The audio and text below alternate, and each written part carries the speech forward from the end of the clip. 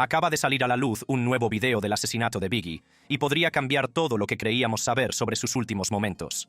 ¿Recuerdan cuando Gene Deal recordó las últimas palabras de Biggie después de que le dispararan? Y las últimas palabras que le oí decir a Big fueron: «Solo hazlo». Lo que ocurre segundos después de esas palabras, capturado en el video filtrado, podría finalmente revelar la identidad del tirador. Tengo los detalles, vamos a verlo. Las últimas horas, dentro de la fiesta en el Peterson Museum, que lo cambió todo. Cuando Puff se subió al asiento trasero. Sí. Y te lo digo, hagan lo que hagan, no dejen que se duerman. No dejen que se duerman. Yo estoy delante de él. Estoy aquí delante, hablando en voz alta. No dejen que se duerman. Manténganse despiertos. No dejen que se duerman. Según Gene Deal, los últimos momentos de Biggie ya fueron traumáticos. Pero con la publicación de esta última grabación, nadie estaba preparado para lo inquietante que es en realidad. Para comprender lo profundo que es este momento, hay que remontarse a la escena hip-hop de los años 90.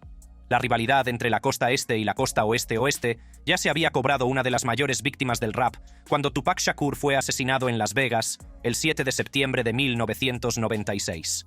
La tensión entre Death Row Records, dirigida por Suge Knight, y Bad Boy Records, controlada por Sean Diddy Combs, había pasado de ser una competencia musical a convertirse en una auténtica guerra callejera. Biggie llevaba varios días en Los Ángeles promocionando su próximo álbum, Life After Death, que saldría a la venta pocas semanas después. En la que sería su última entrevista, grabada pocos días antes de su muerte, Biggie hablaba de las consecuencias del asesinato de Tupac y de su propio papel en el intento de acabar con la rivalidad que había dividido a la comunidad del hip hop. Me di cuenta del poder que teníamos Tupac y yo. ¿Sabes lo que te digo? Porque somos dos personas que provocamos una pelea entre costas, ¿entiendes? Un hombre contra otro hizo que toda la costa oeste odiara a toda la costa este y viceversa. ¿Entiendes lo que te digo? Eso me molestó mucho. Me hizo darme cuenta del poder que tengo. Así que lo que estoy tratando de hacer ahora, ¿entiendes lo que digo? Con su prematura muerte o lo que sea, tengo que ser yo quien le dé la vuelta y tome mi poder y le dé la vuelta, como, oye, tiene que morir. ¿Entiendes lo que digo? Porque él no puede hacerlo. Esas palabras, pronunciadas con una esperanza y una determinación locas, resultarían proféticas como el demonio. Big comprendía el peso de su influencia y parecía genuinamente comprometido con poner fin a la violencia que ya le había costado demasiado a la cultura. Pero, como estamos a punto de descubrir a través de las pruebas de audio y los testimonios callejeros que han salido a la luz, ya se habían puesto en marcha fuerzas que garantizarían que su misión de paz nunca tuviera éxito. La noche del 8 de marzo de 1997 comenzó como cualquier otra jornada promocional. Biggie había pasado el día en el Hotel Westwood Marquis hablando con su agente Phil Casey sobre los planes de la gira, aparentemente entusiasmado con el futuro y el próximo lanzamiento de su segundo álbum. Esa noche tenía previsto asistir a la fiesta posterior a los Soul Train Music Awards en el Peterson Automotive Museum de Los Ángeles. Pero según Gene Deal, cuyo testimonio proporciona algunas de las pruebas más cruciales que tenemos sobre esa noche, las señales de alarma ya se habían encendido mucho antes de que llegaran a la fiesta. Deal revela que recibió una escalofriante llamada telefónica de un preso federal que le advirtió que iban a por todos. Antes de eso, había recibido una llamada de un tipo llamado Waynesworth Hall. Creo que era Waynesworth Hall. Su apodo era Unique, de Mecca Audio. Era un capo de la droga. Me dijo: «Hola, Gene». No, me ha llamado la chica Down. Dice que Unique está al teléfono. Y yo le dije: «Sí, claro». Le pregunté: «¿Qué pasa, Unique?» Y él respondió: «Ponte el chaleco». Y colgó. Unique llamaba desde la cárcel federal, donde estaba encerrado con algunos de los tipos más peligrosos del país. El hecho de que se arriesgara a utilizar su preciado tiempo de teléfono para lanzar una advertencia tan contundente sugiere que había recibido información fiable sobre un atentado planeado. La creciente frustración de Deal era imposible de ignorar. Intentó advertir a los altos mandos de Bad Boy, presionando para que se reforzara la seguridad, ya que intuía que el peligro se cernía sobre ellos. Pero sus preocupaciones fueron ignoradas, y esa falta de acción tendría un coste trágico. En lugar de la protección adicional que Deal había solicitado, se dirigían a uno de los eventos más destacados de Los Ángeles con una seguridad mínima, una decisión que tendría consecuencias fatales. La fiesta del Peterson Automotive Museum debía ser una celebración, pero según múltiples testigos, cuyos testimonios ahora están respaldados por pruebas de audio, el ambiente distaba mucho de ser festivo. Había una tensión considerable que muchos asistentes podían sentir, pero pocos entendían.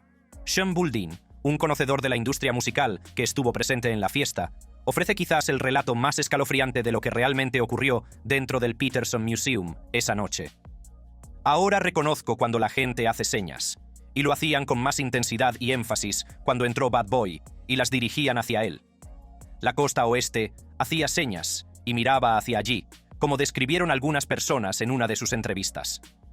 Vi a un señor que describió que les miraban con odio, y así era, les miraban con odio. Y todo el mundo estaba con sus teléfonos. Los celulares acababan de popularizarse, así que la gente estaba hablando por teléfono. Y creo que estaba preparado dentro de la fiesta, que decían, «Oye, está aquí, está sentado ahí», y él piensa, «Oye, están aquí». Este relato es especialmente significativo, porque Boulding no tenía ninguna relación personal con Biggie ni con el grupo Bad Boy. Era simplemente un observador de la industria que se encontraba en el lugar adecuado para presenciar lo que estaba sucediendo. Su descripción de las llamadas telefónicas coordinadas y la posición deliberada sugiere que no se trató de un acto de violencia aleatorio, sino de una operación cuidadosamente orquestada. Estaba sentado allí con un bastón, que parecía un bastón de mando. Llevaba una camisa de Versace, así que parecía un rey con esas gafas de sol, como si estuviera allí sentado como si fuera el hombre, el rey, y todo gravita a su alrededor. Así que casi parecía que estaba diciendo, «Podéis besarme, el culo, estoy en el edificio». Cuando en realidad tenía una pierna rota y no podía moverse, así que estaba allí sentado porque no podía caminar por la fiesta como lo hacía Puff. La tensión en la sala seguía aumentando. Gene Deal, situado cerca de Biggie por motivos de seguridad, se sentía cada vez más incómodo con lo que estaba observando. Afirma haber visto a numerosas personas que parecían miembros de una banda, aunque iban vestidos de forma elegante para el evento de lujo. Esto contradecía la vestimenta típica de las pandillas, que normalmente haría que esos individuos fueran fácilmente identificables para gente con experiencia en las calles como Deal. La fiesta fue finalmente clausurada por el Departamento de Bomberos de Los Ángeles debido al exceso de aforo, alrededor de las 12:30 de la madrugada del 9 de marzo. Cuando los asistentes comenzaron a salir del edificio, el verdadero peligro no había hecho más que empezar.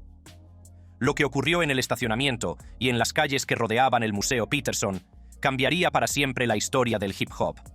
Cuando Deal se acercó a Diddy para compartir la información que había recibido sobre un ataque planeado, la respuesta no solo fue despectiva, sino casi agresiva.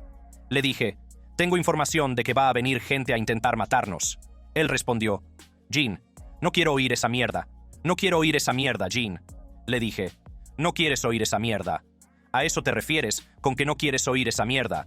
Él dijo, «Oye, Gene, no tienes que ir si no quieres ir». Aquí había un guardaespaldas profesional, con información creíble procedente de fuentes de la prisión federal, tratando de advertir a su jefe sobre una amenaza específica para sus vidas. El rechazo de tal advertencia sugiere o bien un peligroso nivel de negación de los riesgos a los que se enfrentaban, o posiblemente algo aún más siniestro. El hecho de que 23 personas entraran en el Museo Peterson con el séquito de Bad Boy, pero solo 11 salieran cuando partieron para lo que se convertiría en el último viaje, sugiere que otros miembros del equipo también intuían el peligro y decidieron distanciarse de lo que estaba a punto de suceder. Como Biggie fue condenado a muerte. Cuando la fiesta en el Museo Peterson llegaba a su fin y los bomberos desalojaban el lugar, el verdadero peligro apenas comenzaba a manifestarse. El proceso de colocar los coches y organizar el séquito llevó mucho más tiempo del que debería haber llevado, lo que prolongó el tiempo de exposición y resultaría fatal para el rey de Nueva York. Así que nos alineamos en paralelo a la puerta por la que tenían que salir, ¿de acuerdo? ¿Me siguen? Muy bien. Nos alineamos en paralelo a las puertas por las que tenían que salir. Así que si salen por aquí, los coches están ahí, justo ahí. Entonces Biggie se está tomando su tiempo porque ya saben, se ha roto el peroné y los muslos, o algo así, ya saben. Se los ha fracturado o algo por el estilo. Por eso están tardando tanto en salir. Pero los retrasos no se debían solo a los problemas de movilidad de Biggie debido a sus lesiones. Según Deal, Diddy estaba actuando de forma muy errática, corriendo de un lado a otro, hablando con varias mujeres y, en general, comportándose de una manera completamente fuera de lo normal para alguien que solía ir de un evento a otro de forma rápida y eficiente. Puff iba de un lado a otro, veía a una chica y se lanzaba a por ella. Me decía, «John, ¿te acuerdas de la chica que viene mañana a la fiesta? ¿Cómo no te acuerdas, hermano?» Nunca le había visto actuar así, porque él no es así. Porque incluso en Nueva York, en cuanto Puff se mete en el coche, se va con su mamá. Nos vamos. Nos hemos ido. Este comportamiento era tan inusual que llamó la atención de varios testigos. El tiempo prolongado que pasaron en el estacionamiento, junto con la gran visibilidad de su partida, creó exactamente el tipo de oportunidad que los tiradores necesitarían para posicionarse y prepararse para un ataque. Durante este largo periodo en el estacionamiento, Gene Deal observó algo que resultaría de vital importancia: la aparición de individuos que parecían estar reconociendo su posición. Deal describe cómo se encontró con un tipo con una camisa azul y blanca que caminaba por la zona donde estaban sus vehículos, aparentemente inspeccionando el lugar. Entonces se acerca este tipo con una camisa azul y blanca. Se acerca y atraviesa el estacionamiento. ¿Entiendes lo que digo? Mientras los autos están alineados, tengo mi arma debajo de la camisa. Tengo mi arma debajo de la camisa, con la mano, ya sabes, de lado, así, sobre el gatillo. Pero aún más significativo fue lo que sucedió a continuación. Deal describe a un segundo individuo, vestido con un traje azul con camisa blanca y pajarita azul, que se acercó a su posición. El comportamiento y la apariencia de esta persona coincidirían más tarde con la descripción del presunto tirador. Entonces, lo siguiente que sé es que, menos de 5 minutos después, aparece este tipo, vestido con un traje azul, camisa blanca y pajarita azul. ¿Entiendes? Llega y simplemente hay una almohada aquí, en la entrada. Entonces, cuando paso por encima de la almohada, se detiene inmediatamente y me mira, y yo lo miro a él. No dice nada. Así que bajo el brazo y él puede ver mi arma. Me mira a los ojos, se da la vuelta y se aleja por la calle. La cronología se vuelve aún más sospechosa cuando examinamos lo que sucedió inmediatamente después de este enfrentamiento. Deal describe que, a los pocos minutos de este encuentro, por fin estaban listos para marcharse, y él dio la señal para que la caravana se pusiera en marcha. Pero en el momento crítico, cuando deberían haberse puesto a salvo, Deal se encontró con la resistencia de su propio jefe sobre cómo llevar a cabo la salida. Intenté subirme al costado del auto. Puff dijo: «Oye, Gene, ¿qué haces?». Le respondí: «Estoy subiéndome al costado del auto. Tengo mi arma fuera. Estoy al costado del auto. Peso 265 libras. ¿Entiendes lo que digo? No peso 330. ¿Entiendes lo que quiero decir?». Entonces estaba un poco más delgado. Entonces me dice: «Gene, si no te subes a este coche, no volverás a trabajar para Bad Boy nunca más». Aún más inquietante es lo que sucedió una vez que Deal accedió a esta exigencia. Según su testimonio, tan pronto como se subió al coche, Didi reclinó inmediatamente su asiento hacia atrás, lo que hacía casi imposible que Deal se moviera rápidamente o respondiera con eficacia a cualquier amenaza. Cuando me subí al coche, ese hijo de puta se agachó y echó el asiento completamente hacia atrás, así que tuve que poner las piernas de lado. Le dije: «Oye, ¿qué carajos estás haciendo?». El instinto de Deal, como profesional de la seguridad, con experiencia en las calles, le decía que tomara precauciones específicas, pero en todo momento se le impidió aplicar las medidas de protección adecuadas. Consciente del peligro en el que se encontraban, Deal hizo un intento desesperado por minimizar su exposición, ordenando al conductor que se saltara los 3 siguientes semáforos. Su razonamiento era sencillo: mantener el convoy en movimiento y no dar tiempo a los posibles atacantes a colocarse en posición para tender una emboscada.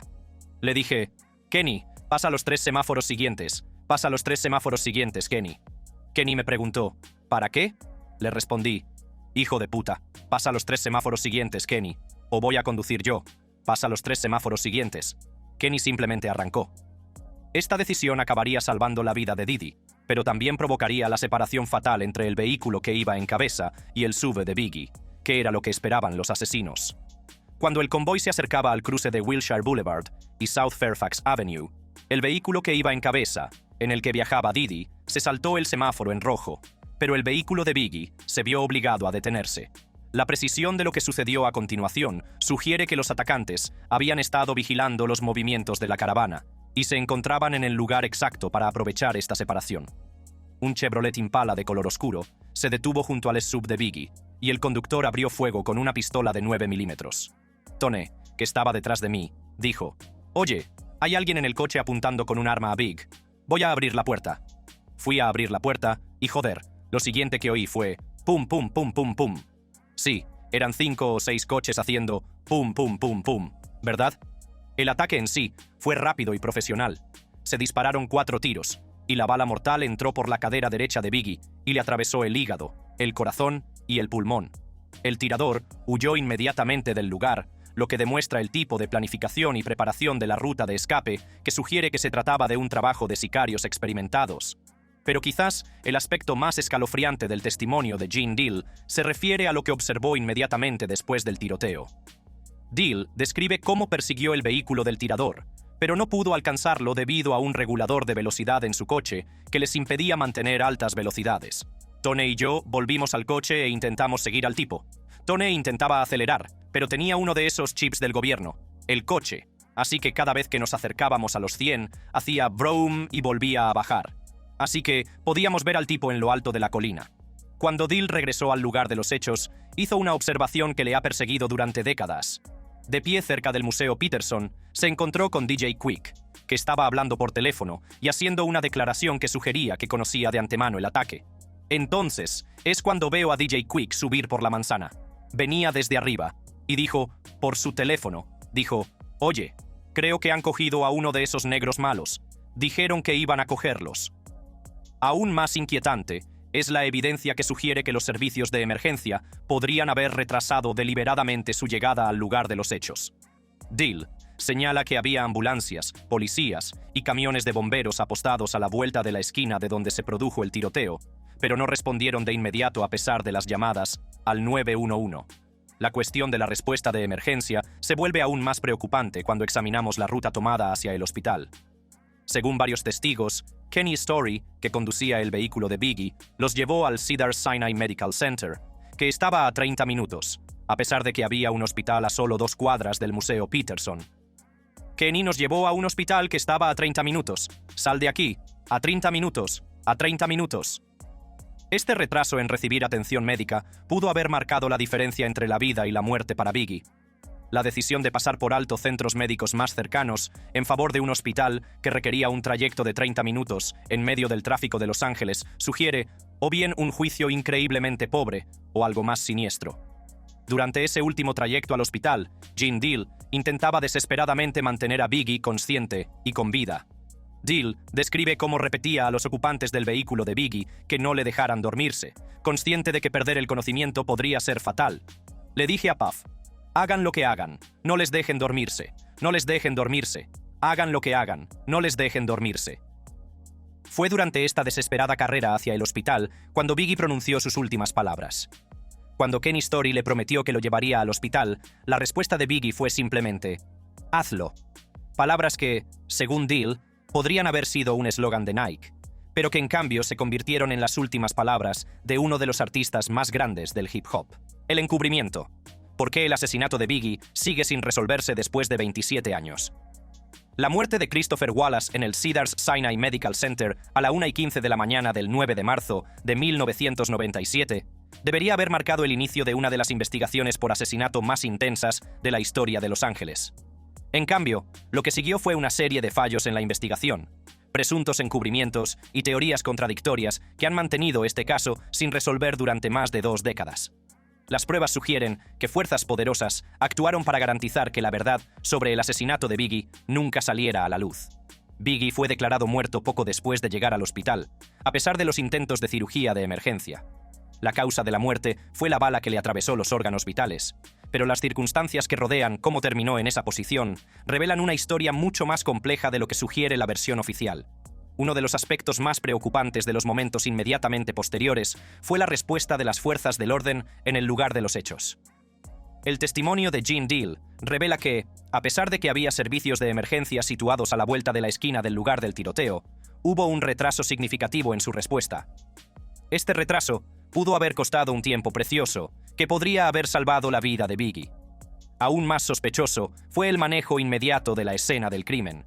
En lugar de acordonar la zona y llevar a cabo una investigación exhaustiva, la policía de Los Ángeles permitió que la gente abandonara el lugar sin ser interrogada. Dwayne KFD Davis, que estaba presente en el Museo Peterson esa noche y que más tarde sería acusado en relación con el asesinato de Tupac, describió la escena como caótica y mal gestionada. Cuando llegó la policía de Los Ángeles, estaban por todas partes y empezaron a registrar a todo el mundo.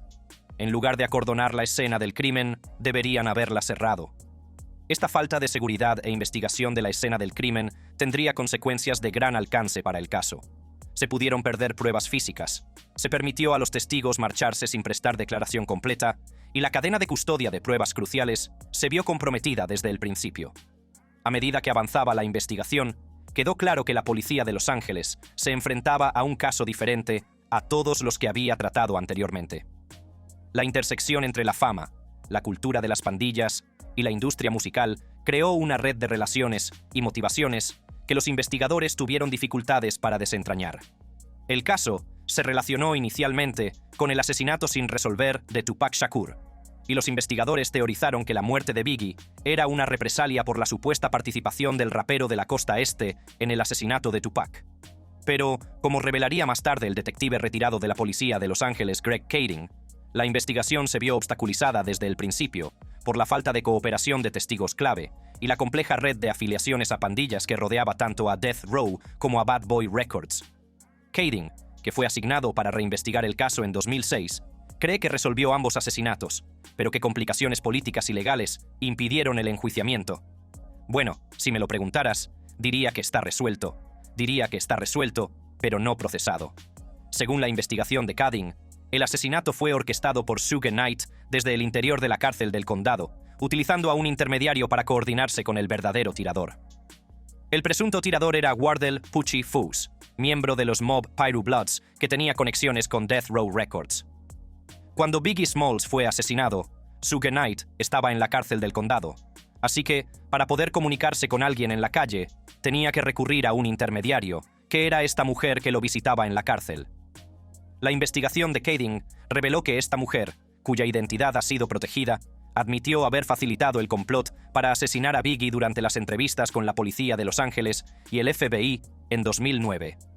Al parecer, recibió inmunidad a cambio de su cooperación, pero cuando la investigación llegó a este punto, el presunto tirador ya había muerto. Ella se reúne con Pucci, acuerdan una cantidad, Suge hace los arreglos para que se transfiera el dinero, ella le paga a Pucci, y él va y se instala en el Peterson Auto Museum y dispara y mata a Biggie. Pero la teoría de Kading, aunque convincente, es solo una de las muchas que han surgido a lo largo de los años. Otras investigaciones han apuntado a la implicación de agentes corruptos de la policía de Los Ángeles en el asesinato, y algunas sugieren que el asesinato fue llevado a cabo por o con la ayuda de agentes de la ley que tenían conexiones con Death Row Records. La hipótesis de la corrupción ganó credibilidad debido al escándalo Rampart de la policía de Los Ángeles, que se desarrolló aproximadamente al mismo tiempo que el asesinato de Biggie. Agentes como David Mack y Rafael Pérez, que posteriormente fueron condenados por diversos delitos, fueron acusados de tener conexiones con Death Row Records y de haber participado en el complot para asesinar. Kefe D, que estaba presente en el Museo Peterson la noche del asesinato, ha sugerido que cree que agentes de la policía de Los Ángeles o personas relacionadas con el departamento estuvieron involucrados en el asesinato de Biggie.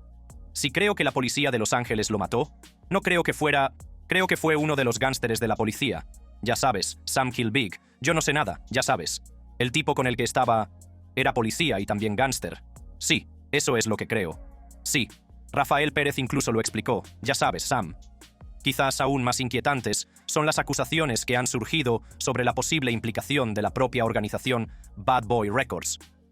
Deal ha descrito cómo el comportamiento de Diddy esa noche fue completamente inusual, lo que sugiere que los largos retrasos y el tiempo de exposición podrían no haber sido accidentales. El desestimar las advertencias de seguridad, la limitación de las medidas de protección y el sospechoso momento en que se produjeron varios acontecimientos apuntan a un posible conocimiento previo del ataque planeado. Aún más explosivas son las recientes acusaciones que han salido a la luz, que sugieren que Diddy podría haber tenido conocimiento previo de las amenazas contra Biggie o podría haber estado involucrado en la organización de los acontecimientos que condujeron a su muerte. Las motivaciones económicas de tal traición se aclaran cuando examinamos las relaciones contractuales dentro de Bad Boy Records. Gene Deal reveló que había leído el contrato de Biggie y descubrió que el rapero estaba siendo explotado económicamente, ya que Diddy mantenía el control sobre los derechos de publicación y comercialización que deberían haber pertenecido al artista.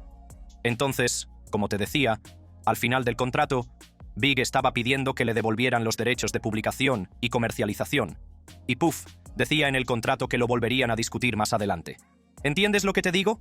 Así que estoy leyendo todo esto. Tengo 6 horas de vuelo.